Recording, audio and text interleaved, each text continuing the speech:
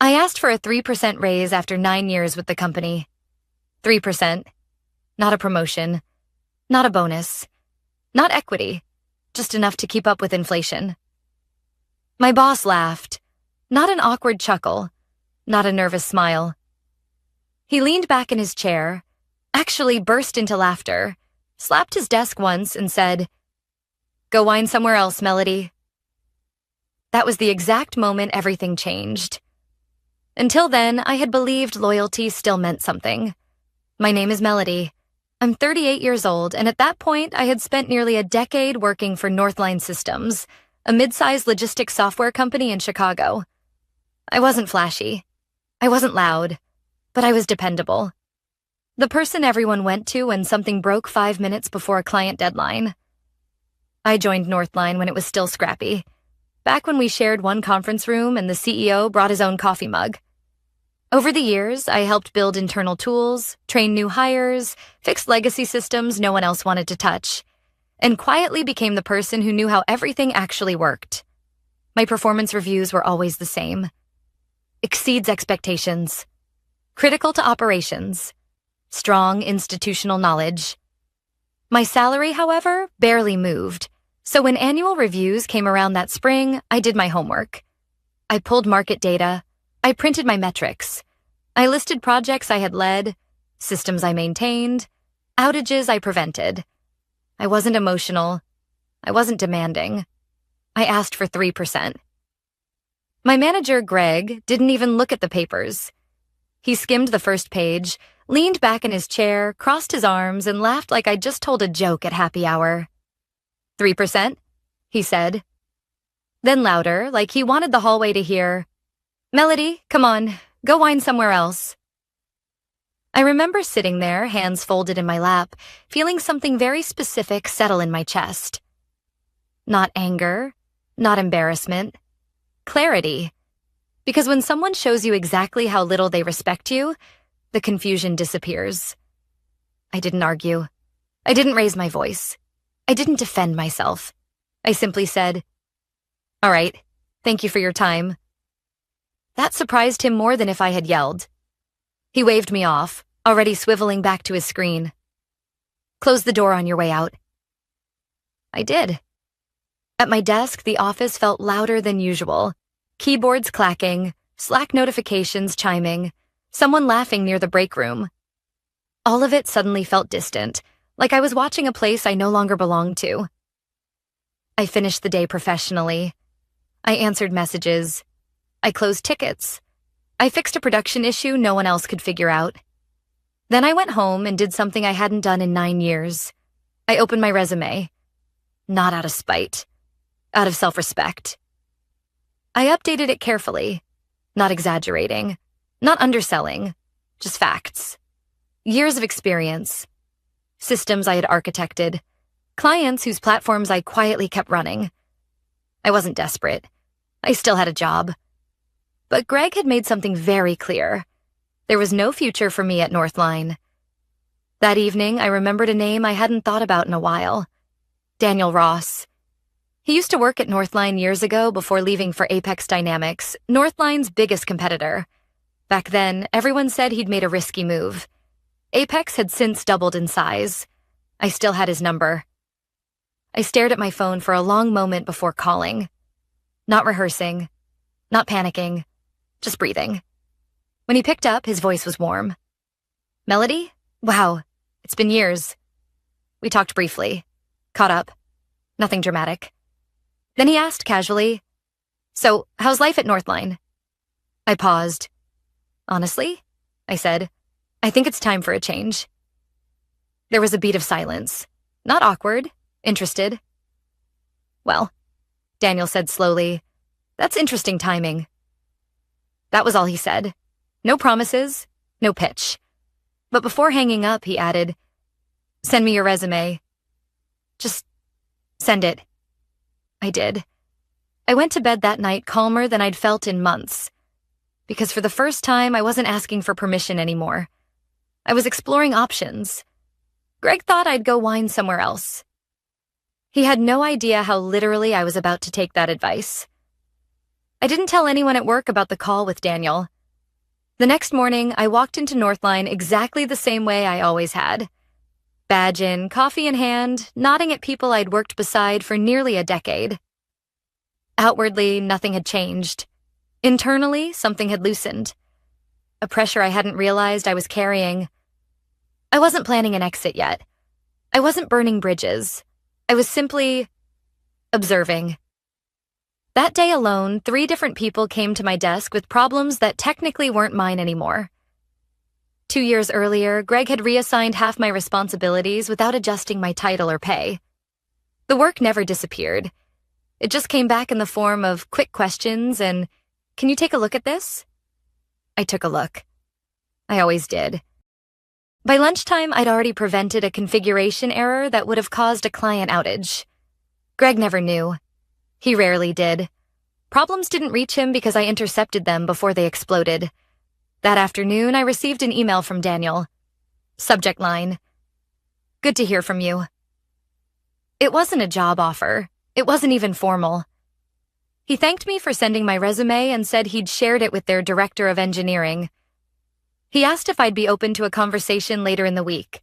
Nothing official, just a discussion. I replied, yes. Not excited, not nervous, just honest.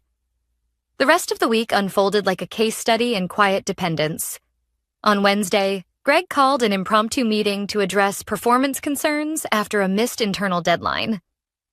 The room filled with engineers, project managers, and one visibly stressed junior developer who had inherited a system I'd originally built. Greg stood at the front, arms crossed. "We need accountability," he said, eyes scanning the room until they landed on the junior dev. "Deadlines matter." I spoke up, not to defend myself, but to correct the narrative. "That delay wasn't a performance issue," I said calmly. "The deployment failed because the database migration script was outdated. I flagged that last quarter." Greg frowned. "We're not rehashing old tickets, Melody." I nodded. "Then we'll see the same issue again." Silence. The meeting ended awkwardly. Later that afternoon, Greg stopped by my desk. "You didn't need to undermine me in front of the team," he said quietly. "I wasn't undermining you," I replied. "I was preventing a recurring problem." He stared at me for a moment, then scoffed. "You're getting sensitive lately." That word, sensitive, landed heavier than he realized, because sensitivity wasn't the issue. Visibility was. That evening, I joined a video call with Daniel and 2 people from Apex, their engineering director and a senior product lead. The conversation felt different, focused, respectful. They asked specific questions about systems, about scalability, about how I handled failures. No one interrupted me. No one laughed. When I explained how I'd maintained legacy systems while onboarding new architecture at Northline, the director leaned forward. "Why isn't this documented internally?" he asked. "It is," I said. "It just doesn't get read." They exchanged glances. By the end of the call, Daniel said, "We'd like to continue this conversation. Would you be open to an in-person meeting?" I said yes. At Northline, the tone around me began to shift, though no one said anything directly. Greg became more curt. My calendar invites grew thinner. Decisions I'd normally be looped into were suddenly made without me. It was subtle, plausible, the kind of distancing that leaves no paper trail. On Friday, I overheard Greg talking to HR near the printer. "She's been checked out lately," he said, not as engaged. I didn't confront him. I didn't react. Instead, I documented everything. Not emotionally, professionally. Dates, conversations, project ownership changes, decision exclusions. Years of experience had taught me one thing. When a workplace dynamic shifts suddenly, it's rarely accidental. The following Monday, Apex flew me out. No luxury, no theatrics, just a straightforward itinerary and a day of meetings. I toured their offices, spoke with teams, reviewed systems. They weren't perfect. No company is. But they were growing. And more importantly, they were listening. That afternoon, their director of engineering walked me to a quiet conference room. "Melody," he said, "I'm going to be direct. You're operating 2 levels below where you should be." I didn't argue. He slid a folder across the table. "We'd like to make you an offer." I didn't open it right away, because back at Northline, Greg still thought I'd gone to Whine Somewhere Else. And very soon, he was going to realize just how badly he'd underestimated where that whining led. I didn't open the folder immediately. That wasn't a tactic. It was instinct. Years of corporate life had trained me to pause before reacting, to read the room before reading the paper. The director of engineering, Mark, sat across from me, hands folded, expression neutral but attentive. This wasn't a pressure play. It was the opposite. "Take your time," he said. "We're not in a rush." That alone told me everything I needed to know. I opened the folder carefully. The number on the page made my breath catch. Not because it was flashy, but because it was fair. More than fair. The base salary alone was nearly 3 times what I was currently making. On top of that, a performance bonus, a clear title that matched my responsibilities, and equity that vested over 4 years. No inflated promises. No vague language. Just clarity. I asked practical questions about expectations, about reporting structure, about work-life balance. They answered every one directly. When I asked how they evaluated performance, Mark didn't hesitate. "Outcomes," he said, "and documentation. If something breaks, we fix it. If someone raises a concern, we track it." I thought of Greg waving me off in his office. When the meeting ended, Daniel walked me to the elevator. "We're excited," he said, "but I know this is a big decision." "It is," I replied honestly. "I don't make quick moves." He smiled. "That's part of why we want you." On the flight home, I didn't feel giddy. I felt grounded. I read the offer again, line by line, making notes in the margins. This wasn't an escape fantasy. It was a professional transition. Back at Northline, the week unfolded with increasing friction. Greg scheduled a one-on-one with me for the first time in months. When I walked into his office, he didn't ask me to sit. "I've been getting feedback," he said, arms crossed, "that you're disengaged." I met his gaze. "From whom?" He hesitated. "That's not the point." "It is," I said calmly. "If there are concerns about my performance, I'd like specifics." He sighed, clearly irritated. "You're not being a team player lately?" I almost laughed, but didn't. "I've met every deadline," I said. "Resolved every escalation, documented every issue. If that's not teamwork, I'm not sure what is." Greg leaned forward. "Look, Melody, you asked for a raise we couldn't justify. That should have told you where things stand." There it was. I nodded once. "Thank you for clarifying." That seemed to unsettle him. "Are you looking elsewhere?" he asked suddenly. I didn't lie. I didn't confirm. "I'm evaluating my options," I said. His jaw tightened. "You'd be making a mistake." I left the office without responding.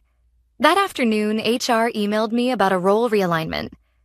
My responsibilities were being reassigned to 2 less experienced employees to encourage cross-functional growth.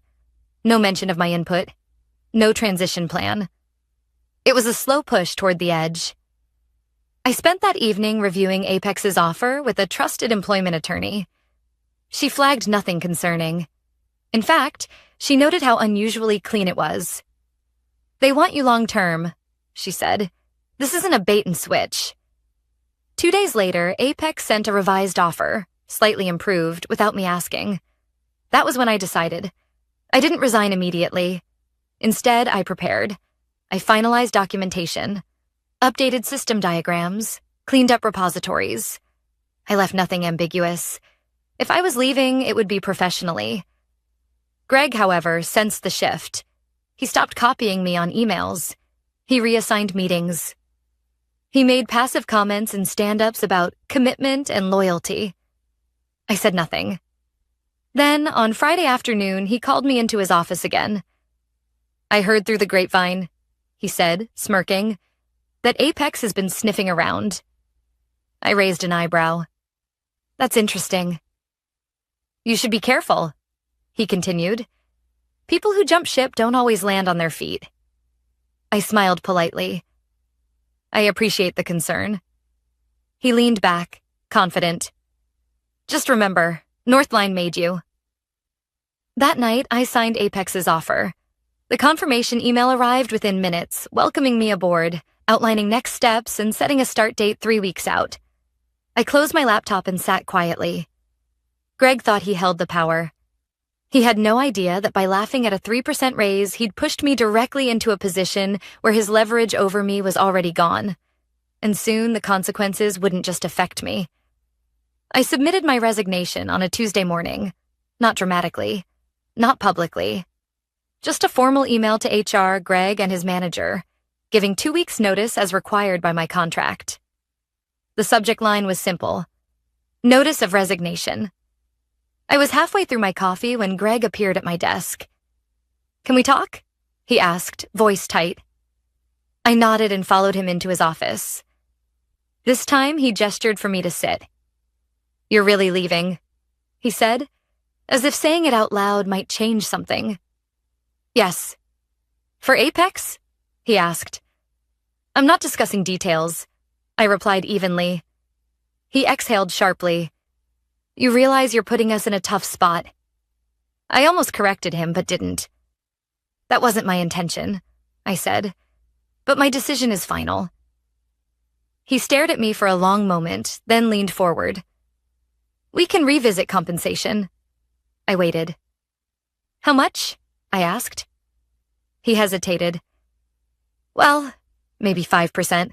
6% if we can get approval." I didn't respond right away. "Greg," I said finally, "you laughed when I asked for 3.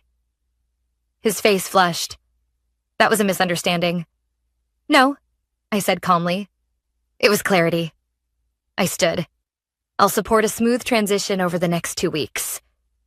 As I walked out, I felt something I hadn't expected. Relief. The next few days were chaos. The 2 employees who had inherited my responsibilities quickly realized they didn't have the access, or the context, to manage the systems I oversaw. Tickets piled up. Deployments stalled. A client escalated an issue directly to senior leadership after a reporting dashboard failed during a quarterly review. Suddenly, my calendar filled again. Greg stopped by my desk constantly, asking quick questions that were anything but quick. I answered professionally, but I documented everything. By Thursday, the director of operations requested a meeting. "Melody," she said carefully, "we're concerned about continuity." "I understand," I replied. "Is there any chance you'd consider staying on longer? As a consultant?" I shook my head. "I've accepted another role." She nodded, clearly frustrated, but not with me. That afternoon, Apex announced a new enterprise partnership with Northline's largest client. The news spread fast. Slack channels lit up. Executives scrambled. Greg stormed past my desk without looking at me. By Friday morning, Northline's leadership called an emergency meeting with the technical teams. I was invited. Greg wasn't leading it. The VP of engineering stood at the front, visibly stressed. "We're experiencing resource gaps," he said. "We need full transparency on system dependencies." I spoke when asked. Factually, calmly, no embellishment, no blame. After the meeting, the VP pulled me aside. "Why wasn't I aware of how much you were handling?" he asked quietly. "I documented it," I said. "It's all in the internal wiki." He sighed. "I'll review it." Greg didn't speak to me for the rest of the day. The following Monday, HR requested an exit interview earlier than scheduled. The tone was different, more careful. "Would you be open to delaying your departure by a month?" the HR manager asked. "We're prepared to offer additional compensation." I declined. By midweek, word reached me, unofficially, that Apex had recruited 2 more Northline engineers. Greg's team, engineers he'd dismissed as replaceable. The tension in the office was palpable. Meetings grew shorter, conversations quieter, people avoided eye contact. On my final day, Greg called me into his office one last time. He didn't sit. "You planned this," he said flatly. I met his gaze. "I planned my career. You laughed." He scoffed. "You think Apex won't treat you the same?" "I don't know," I said honestly, but they didn't start by mocking me. There was nothing else to say. I packed my desk, lighter than it had been in years, and walked out with a polite goodbye to colleagues who suddenly seemed unsure whether to congratulate or apologize. 2 weeks later, I started at Apex. On my first day, I was given access, authority, and a clear mandate. 3 days in, I learned that Northline had missed a major delivery deadline. A week later, their stock dipped after losing another client. Greg's name appeared on an internal restructuring memo. I didn't celebrate, but I didn't feel guilty either, because I hadn't sabotaged anything. I had simply gone somewhere that valued what Northline had taken for granted, and Greg was about to learn the difference between losing an employee and losing the person who quietly held everything together. 3 months after I left Northline, the noise finally settled enough for patterns to become clear. From the outside, it looked like a normal corporate transition. A few press releases, a quiet restructuring. Leadership changes framed as strategic realignment. Inside the industry, though, people understood exactly what had happened. At Apex, my role expanded quickly, but not chaotically. I was brought in to stabilize systems, document risk, and build processes that didn't rely on institutional memory living inside one person's head. The irony wasn't lost on me. On my second month, I was invited to sit in on a client call. Not as support, but as lead. The same client Northline had lost weeks after my departure. They didn't ask about Northline directly. They didn't need to. They asked about continuity, about reliability, about whether Apex planned to grow responsibly or burn out chasing margins. I answered honestly. After the call, Daniel smiled. "You see why they wanted you?" I did. Meanwhile, news from Northline filtered in through former colleagues and industry contacts. The kind of information that never appears on LinkedIn. Greg had been reassigned, then quietly let go. Not for my resignation, not officially, for failure to anticipate operational risk. The phrase made me pause when I first heard it, because I had anticipated it. I'd documented it, flagged it, tried to prevent it. But Greg had mistaken confidence for control, and laughter for authority. Northline didn't collapse. Companies rarely do all at once, but they shrank. Slowly, expensively. Clients grew cautious. Talent stopped applying. Institutional knowledge leaked out one resignation at a time. Apex, on the other hand, grew. Not explosively, sustainably. 6 months in, I received my first performance review. It was direct, specific, fair, and followed by a compensation adjustment, without me asking. That was when it fully sank in. This wasn't about money. It never had been. It was about respect. One afternoon, I received an unexpected email from Greg. The subject line read, "Checking in." I stared at it longer than I expected before opening it. The message was brief, awkward, carefully worded. He congratulated me on my new role. Said he'd heard I was doing well. Mentioned that he was exploring new opportunities and wondered if I might be open to a quick call to catch up. I didn't respond. Not out of spite, out of closure, because I had nothing left to explain. At Apex, I was asked to mentor a junior engineer who reminded me of myself years ago. Capable, quiet, underestimated. During one of our sessions, she hesitated before asking a question. "Can I be honest?" she said. "Always." "I struggle with asking for more," she admitted. "I don't want to seem difficult." I smiled gently. "Let me tell you something I learned the hard way." And I told her, not the whole story, but enough. About knowing your value. about documentation, about not mistaking tolerance for loyalty, and about laughter. Anyone can laugh at a request, I said. Pay attention to who listens instead. That night, driving home, I thought about that meeting, months ago now, when I'd asked for 3%. Such a small number. Such a large consequence. Greg had laughed because he thought I had nowhere else to go. What he never understood was that competence creates options quietly. It doesn't announce itself. It doesn't threaten. It just waits. A year after leaving Northline, I received an industry award, not for innovation, but for operational excellence. The kind of recognition that doesn't trend online but changes careers. At the ceremony, someone asked me if my story was one of revenge. I shook my head. No, I said. It's a story about alignment. Revenge implies intent to harm. I never wanted to hurt Greg. Or Northline. I simply stopped protecting a place that refused to protect me.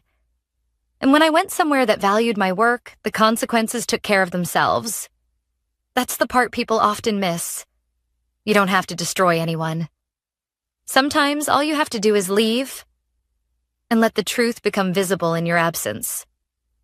Greg laughed at a 3% raise. I didn't argue. I just went somewhere else. And in doing so, I learned something I wish I'd known years earlier. The most expensive mistake a manager can make isn't underpaying someone. It's underestimating what happens when they finally stop asking.